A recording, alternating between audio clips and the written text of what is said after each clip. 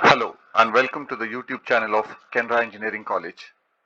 In this video session, we'll study regarding the embedded system hardware. Before looking into this embedded system hardware, we'll just recall back the important points what we have studied in the previous video lectures. So we started with the history of ARM embedded system. We started looking into what are this ARM processors, what is the speciality of this ARM processor, and we checked out how this particular ARM processor was evolved into. Once the history of this ARM processor was known, we slowly moved to the design philosophy, what was used in the ARM processor. So we checked into the RISC design philosophy and we checked what are the basic differences between the RISC and CISC design philosophy.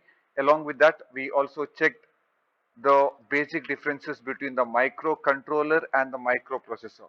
So after knowing the differences between the microcontroller and microprocessor, we slowly moved to the RISC design philosophy, which was a design philosophy adopted in the ARM processor.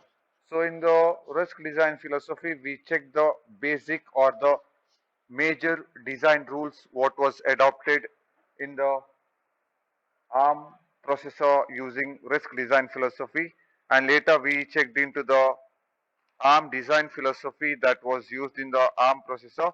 So once the ARM design philosophy was known, uh, we concluded that the ARM processors are not purest of the RISC processor. There is a slight deviation from the RISC design philosophy, and we checked out what is that particular deviation with respect to the ARM or the basic design philosophy of the ARM, and we checked into the instruction set or how basically the instructions we are looking into in the ARM processor. So these are the things what we checked up in the previous video sessions which has already been posted on the YouTube. So in fact, if you people have got any doubts, you can just go through the videos and you can clarify those particular doubts. So this is all what we had done in the previous video lectures. So moving on further, in today's video session, we'll be checking regarding embedded system hardware. So when I speak about embedded system is a system which contains processor along with the peripherals, controllers and the buses. So what I mean to say is it's an entire system. For example, if I say or if I say you have a mobile phone in your hand, the mobile phone is an embedded system. This mobile phone has got a processor. This mobile phone has got peripherals which can give the input and which can show you the output. This has got the buses which can transfer the signals between the various components of the system. Also, this has got various memories. This has got various controllers inside this. Or you can say you can take your remote controller. You can take a remote controller. So remote controller can also be one more example for your embedded system. So when I speak about this remote controller will be having a processor, it will be having a bus, it will be having the memory, it will be having the peripherals, it will be having the controllers. So all the things embedded or all the things embedded in a single chip will be making up your embedded system. So basically, this embedded systems are the devices which can control various devices,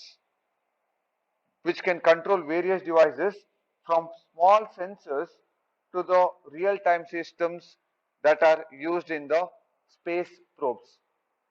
So basically when I speak about an embedded system, so what is this embedded system? So embedded system is a device which can control various devices. And what can these devices be? These devices can be the very smallest of the smallest sensors that you are using in your kitchens or in your refrigerators or in your air conditioners or anywhere, to the biggest or largest of the devices that are used in the space probes. All these devices in turn use combinations of the software and hardware, very well known thing. So if I speak about the mobile phone, this mobile phone will have softwares and hardwares, isn't it? So a combination of the software and hardware in order to control a particular device, or in order to achieve a particular application can be called as an embedded system. So the system or the component what I am going to take in my embedded system will be very carefully chosen for its efficiency so that I can use it for further extension and expansion. Very well known thing. So if you say you have a embedded system, so let me say this is my embedded system. So this is my embedded system. So let me say I have designed this particular embedded system for the let me say in order to measure the temperature. In order to measure the temperature. So if I open up this particular embedded system, this embedded system should be having a processor. This embedded system should be having a processor. It should be having some memory. It should be having some buses so that the signals can be transferred from one part of the system to the other part of the system. Also, it should be having some peripherals. Peripherals can be your sensors or maybe the indicators. So this is what your embedded systems are. So why did I design this embedded system? The embedded system has been designed in order to check the temperature. In order to check the temperature. So when I'm designing this particular embedded system, I need to select all these components so that it has got maximum efficiency, and I also got to make sure that I can use it for further expansion or for the future use. What I mean to say is maybe I can in the future I'll uh, use it for the measurement of light, or maybe I'll use it for some extra measurement purposes. So when I'm designing an embedded system, I got to make sure that I'm not going to design it only for a specific application. In the future, if I need it, I can expand it for the other applications also. So the block diagram what you can see here, this block diagram what you can see here, this is a general block diagram of your embedded system. So see it's given here. Embedded systems can control many devices from small sensors to real-time control systems. All these devices uses combinations of software and hardware components. Fine. If I speak about this embedded, so this whatever you can see inside this block box, or whatever I have the whatever things I have inside this particular box, I can call this as an embedded system. So if you open this particular box, the very major components what you can find inside this particular box is, first one is your processor. The first one is the processor. The second one what I can find here is controller. See here you can find controllers. There is interrupt controller and memory controller. Other than that you can see the buses. There are a lot of buses which are running inside. Other than that you can see the peripherals. You can see the real-time clock. You can see the connections that are done here. You can see a Ethernet. You can see the counter.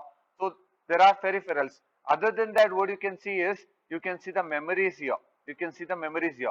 So basically when I speak about my embedded system generally will be having four basic components. The first one is your processor core, the second one is your controller, the third one is your peripherals, and the fourth one is your bus. So these are the four basic components which any embedded system should be having. No matter whatever application you are going to design it.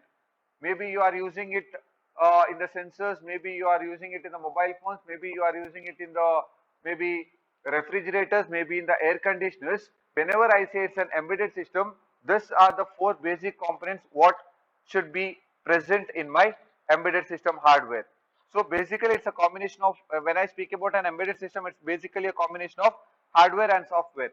So what we are looking into right now is, we are looking into only the hardware components that are very essential for the embedded system. So if you are designing any system, these are the four basic hardware components that are needed if you want to make sure that your embedded system is going to work very efficiently. So let's check these components one by one. The very first component what I said here is the ARM processor. The very first thing what I said here, or the basic component what I said here is ARM processor. So what is the function of this particular ARM processor? So basically this ARM processor controls the embedded device. So when you say you have an embedded system, it will be made up of four basic components. One is ARM, second one is controllers, third one is peripherals, fourth one is bus. The ARM processor is the heart of the embedded system. It controls the embedded systems. Different versions of ARM processors may be available depending on the requirements or depending on the operating characters. So you can say that if you are using the mobile phone, the ARM processor what I'm using there may be different from the ARM processor what I'm going to use in a refrigerator, or it may be different from the ARM processor what I'm going to use in the air conditioner. So what does it comprise? So ARM processor comprises the core. So what is your core going to do? The core is going to be a execution engine that processes the instruction and manipulates the data. So basic function of this ARM processor is to process the data and give the output. It is the execution engine that processes instruction and manipulates the data, plus the surrounding components that interfaces with the bus. What other than that it does is, it will be controlling the surrounding components. Surrounding components may be your controllers, may be your peripherals, may be your memory devices. These components can include memory management and caches also. So this is your function of your ARM processor or ARM core. So basic function of this is to process the data. That is the primary function. The secondary function of this particular ARM processor is to control the devices. It may be your peripherals or it may be your memory devices. That is the basic function of your ARM processor. It also controls the embedded device. So this entire embedded device. So for example, if you say this is your embedded system, this entire embedded system is being controlled by your ARM processor. That's what I said. This is the heart of the embedded system. Or you can say this is the boss of the embedded system. So the entire functionality is being controlled by the ARM processor. As I said, you can use different versions of the ARM processor based on the requirement. So that is your first component. The second component is controllers. So what are these controllers going to do? So controllers coordinate the important functional block of the system. Two commonly found controllers are interrupt controllers and memory controllers. So if we can go back to the block diagram, you can see there is an interrupt controller here and there is a memory controller here. So this interrupt controller and memory controller will be controlling the interrupts that are coming to the ARM processor from the peripherals, and it will also be controlling the data which is coming from the memory and which is going to the memory to the processor. So basic function of this particular controllers is to control the interrupts and also to control the memory that form a part of the embedded system. So that is your second component. Peripherals. Peripherals are the devices which provide the input and which take the output from the processor. Basically, these peripherals are the one using which you can differentiate the embedded system. For example, if your embedded system, let's say you have the ARM processor, okay, and you have connected a big screen here, you have connected a big screen here, you have connected a keyboard here, you have connected a speaker here, you have connected a speaker here, and you have connected LED.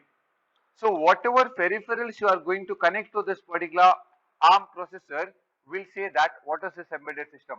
Whether it is a remote controller, whether it is a mobile phone, whether it is a refrigerator, whether it is an air conditioner, or whether it is an air cooler. So basically the peripherals, whatever I am going to connect in my embedded system is going to give it an identity. What is that particular embedded system? So provides all the input and output capability external to the chip, responsible for the uniqueness of the embedded system. See, uniqueness means if I look into only the ARM processor, you cannot say what is that device.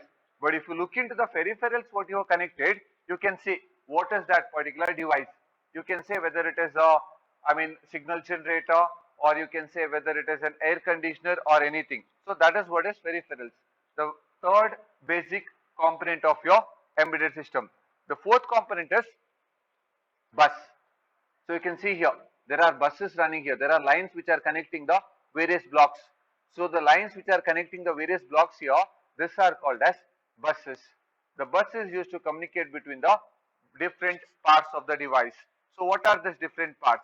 These different parts may be your ARM processor, it may be your peripheral, it may be your memory, it may be your controller. So you need the signals to be passed between all these particular components, right? There should be a coordination between all these particular components. So if that particular coordination should happen, the signal should flow from one device to other. Those signals will be flowing through this particular buses. So buses are used to communicate between the various parts of the device. So basically, when I speak about my hardware of the embedded system, these are the various components. The first one is processor, the second one is controller. In the controller, I have got interrupt controller and memory controller, what we are going to discuss later. The third one is peripheral, and the fourth one is bus. If you're asking me, sir, whether my embedded system is made up of only these four components, need not be. You can be having other components also. But these are the four basic hardware components what are must and should for an embedded system. Other than that, you can connect any other devices which doesn't make a difference. You can have one more processor, you can have some other devices, anything can be connected. But basically, if you want to make an embedded system or if you want to build an embedded system, these are the four basic hardware components that are needed. Now, moving on to the next part, we look into or we'll get in detail with respect to the bus technology, what is being adopted in the embedded system. We look into the detail of this particular bus technology. See here it's given ARM bus technology. I need to concentrate on this particular bus technology because these are the communication paths between the various components of your embedded system. So embedded systems will be using various bus technologies. Then those you designed in the 86 species. For example, what I am trying to stress here is previous to this particular ARM processor, we had 8086 microprocessor. Microprocessor was also looking to be the same as that of your ARM processor. So we will start with this particular 8086 microprocessor. That is, we'll check what are the bus technologies that are used in the 8086 microprocessor. Later, we'll move into the ARM bus technology. In this particular 8086 microprocessor, we were using a bus technology which is called as PCI. You people would have heard about this particular bus technology, which is called by the name Peripheral Component Interconnect. This is what it is called as peripheral component interconnect. So why this is needed is, or what is the speciality of this particular peripheral interconnect bus is, this device or this bus connects the device such as video cards and hard disk controllers to the 86 processor bus. So please remember, when I speak about a microprocessor, it had only a processor. It did not have the buses, it did not have the memory controllers, it did not have the peripherals. So what I had to do in order to make it a system, I need to connect a peripheral, right? I need to connect the peripherals. So in case of your microprocessors, I was using a peripheral component interconnect bus, using which I could connect this peripherals to the processor and I could make it an embedded system. So what are the peripherals you could connect? It may be your video cards, it may be your hard disk controllers, or it may be your hard disk or anything. This type of technology is external and off chip. So please understand, in case of your microprocessor, it had only a processor and the buses what I use or what I used to connect the peripherals were external to the chip. So if I say this is my PCB or if I say this is my PCB, so this had only a processor. Buses were all external. Buses were all external, which means that the bus is designed to connect mechanically and electrically to devices external to the chip and is built into the motherboard of the PC. So if you want to connect any peripherals to this particular processor, what you have to do is you have to use external buses. The external buses what I used to or what I used to take in order to connect the peripherals to this particular 8086 processors was peripheral component interconnect bus. This has to be mechanically assigned or mechanically and electrically connected to the processor using the motherboard of the PC. This was the problem in case of your microprocessor. Whereas if I speak about my embedded system, the buses are all on chip. On chip in the sense, Let's say this is your PCB. Let us say this is your PCB. This is your processor. Okay.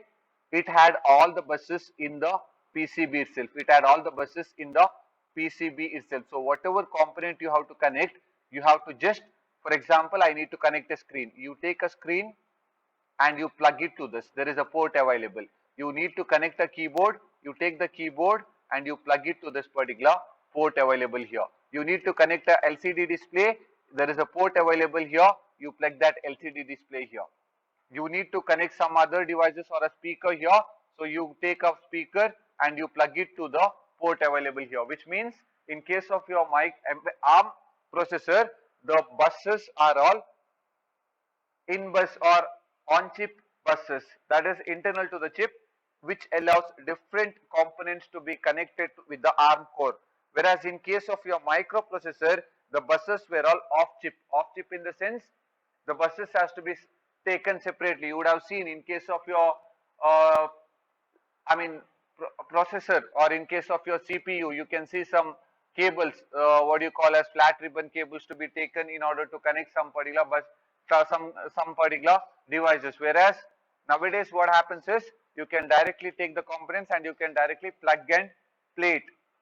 This is what is on-chip buses. See, embedded system uses on-chip, that is internal to the chip. It allows different devices to be interconnected with the ARM core. So you can just plug it and you can just play it.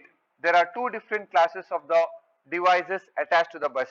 So when I speak about the various devices that are going to be attached to the bus, for example, let us say this is your processor, this is your peripherals. Okay, these are all your peripherals. These are all your peripherals. So here, this processor is going to be a bus master. This is going to be a bus master. So what is this bus master going to do? The bus master is going to initiate the data transfer with another device or across the bus. So if this processor is in need of some data, it will initiate the data transfer. So basically the control of all these buses are with the processor.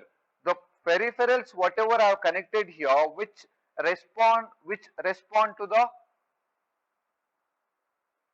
signal that has been initiated by the processor, are called as slaves. You would have heard about this particular concept.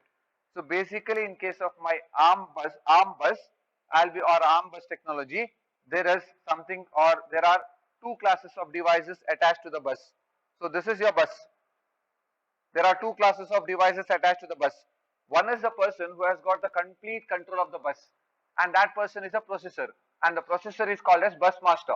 The peripherals, what will be responding to the bus master call, they are called as slaves. They do not have any control over the buses. They will just respond to the call what has been given by the bus master. So basically that is how the data transfer happens between the processor and the peripherals.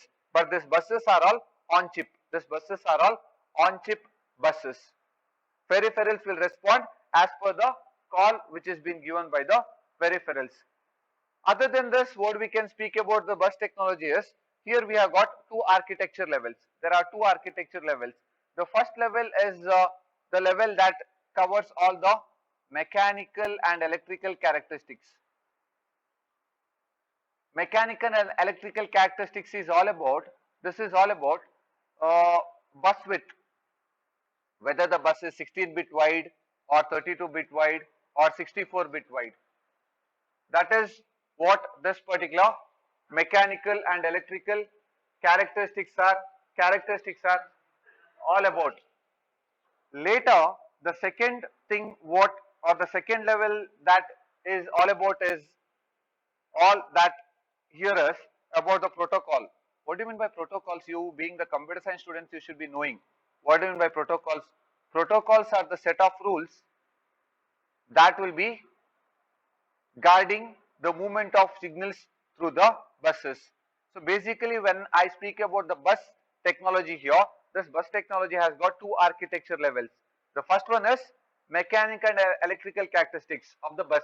What are these mechanical and electrical characteristics of the bus?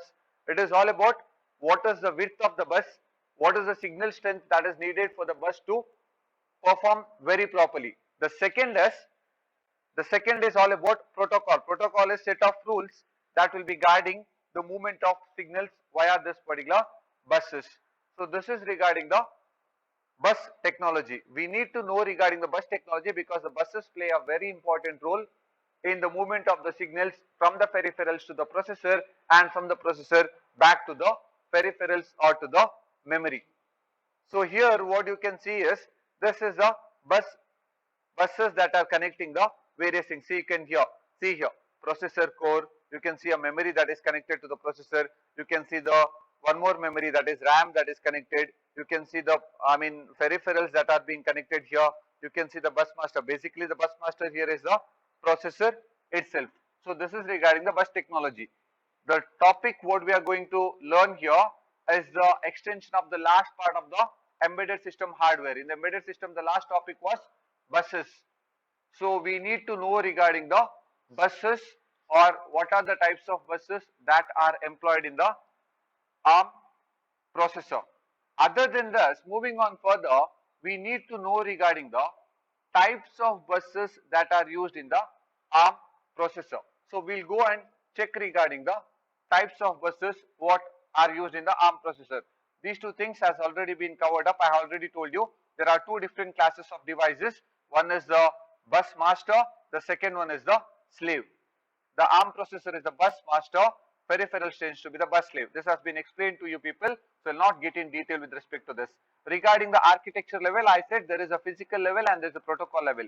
Physical level is the one which will be covering the electrical and mechanical characteristics, which is all about the data or the bus widths. The second one is all about the protocol. Protocol is a set of rules that will be governing the communication between the processor and the peripheral. So these two topics has been covered up. Moving on to the types of the buses or the basically regarding the protocols. The protocol types what we are going to use in the ARM processor is, it is called as AMBA bus protocol. AMBA stands for Advanced Microcontroller Bus Architecture. So this is one of the protocol which is very famous or very popularly used in the ARM processor. There are various protocols used, out of which AMBA bus protocol is a very popularly used. This was introduced in the 1996. This is one of the protocol that is widely used for the on-chip bus architecture. We are pretty sure that the buses what are used in the ARM processor are on-chip buses. So this is one of the protocol which has been widely used for the on-chip buses. The first bus using the AMBA bus protocol was called as ARM system bus, or you can call it as ASB bus. The second one is called as ARM peripheral bus. Basically, these two are the very early used buses which are using advanced microcontroller bus architecture protocol. But the problem with this particular ARM system bus and ARM peripheral bus was the data transfer rate was comparatively very less.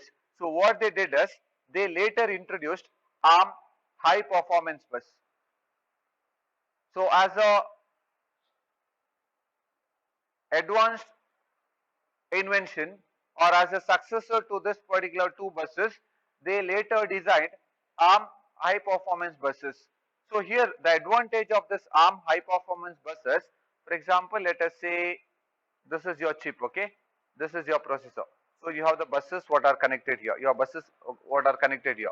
The advantage of this particular ARM high performance buses, the peripheral designers can use the same design on multiple projects.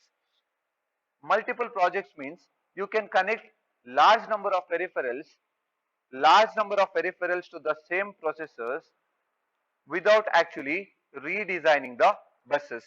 For example, let me say I want to use this processor as a mobile phone. So you can take all the peripherals of the mobile phone and you can connect it. This will work fine. Later, I want to remove of this particular peripherals, and I want to use it as a remote controller. So you can connect the peripherals of the remote controller and you can connect it without actually redesigning the bus or without actually redesigning the entire design. You can reuse the same design in this particular ARM high performance bus. Because of this particular reason, because of this particular plug and play interface for the hardware developers, this particular bus has been very popularly adopted. The protocol what has been used is advanced microcontroller bus architecture itself. But out of this, these two had very slow data travel rates. When I speak about the ARM or AHP, ARM high performance bus, the performance is comparatively better. Not only that, you can plug and play any peripherals of your choice as per your requirement without actually redesigning the processor or without actually redesigning the entire embedded system. So it's given here. If you move on further, it's given here. Peripheral designers can reuse the same design on the multiple projects. Our peripherals can simply be bolted on to the on-chip bus without having to redesign an interface for each processor architecture. This plug and play interface for hardware developers improves availability and time to market. For example, let me say I am using ARM high performance bus. I have designed a mobile phone. I can let it to the market for marketing. I can use the same architecture for the remote controller also. I can use the same architecture for the AC also. I can use the same uh, architecture for the refrigerator also. Which means that the designing part is not at all there for you people. You just need to plug the peripherals whatever you need and play it as per your requirement. That is what is the advantage of your ARM high performance buses.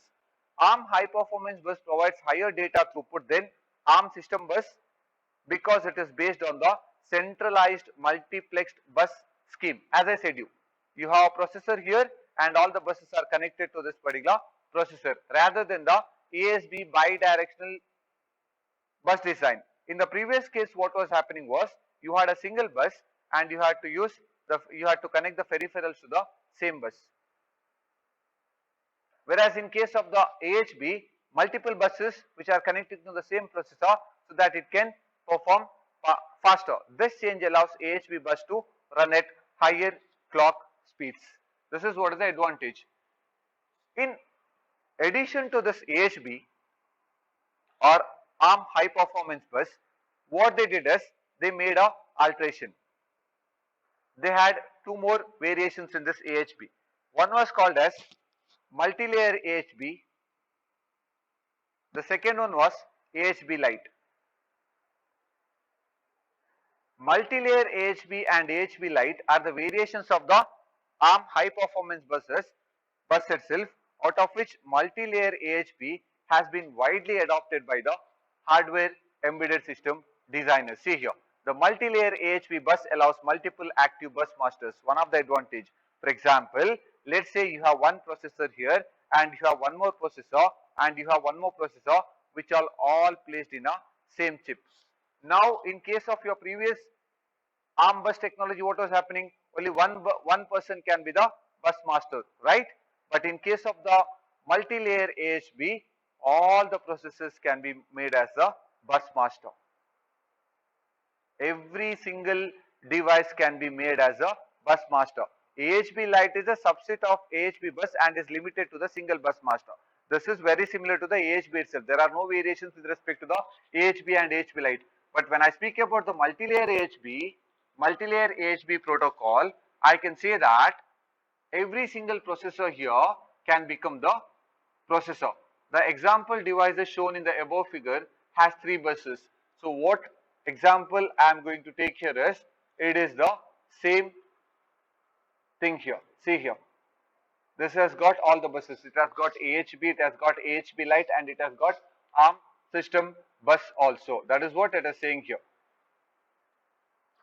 The example shown in the embedded system hardware block diagram, it has got AHB bus, it has got ARM peripheral bus and it has got a third bus for the external peripherals also. So this is what is the advantage of your multi-layer AHB. So what we are speaking was, we checked out there are buses, we checked out from the bus there is something called as on-chip buses. In case of your microcontroller, this on-chip buses has got some protocols so that it can transfer the data In this protocol, we checked out AMBA protocol. In this AMBA protocol, we checked out the basic one, ARM system bus and ARM peripheral bus. But basically, this were the slowest of the buses, and we had something called as ARM high performance bus. This ARM high performance bus was further divided into multi-layer AHB and AHB light, isn't it? So a multi-layer AHB is the one which is going to provide multiple bus masters when compared to the previous things. So this is an important topic what you need to know, or this AMBA bus protocol, they might ask you to explain the AMBA bus protocol. So AMBA bus protocol is nothing but a set of rules, or it's an architecture which will be following the advanced microcontroller bus protocol for the transfer of the data. Using this protocol, they have designed various buses. One is ARM system bus, one is ARM peripheral bus, other one is ARM high performance bus, other one is multi-layer AHB, other one is AHB light. So these are all the various buses that are going to use AMBA bus protocol. So in this video session, what we have checked out as, in this video session, what we have checked out in detail was, we checked out regarding the ARM embedded system hardware. We checked out 4 basic components. Last component was bus, and we studied in detail with respect to the bus. So these topics may be important. ARM embedded system hardware may be an important topic in the examination. They might ask you to explain the ARM embedded system hardware, where you need to explain this particular block diagram and you need to explain this 4 components in detail. Also, they might ask you to explain AMBA bus protocol, in which you need to explain all the buses that come under AMBA bus protocol. So these are the important topics what you need to know in this particular video lecture. Thank you.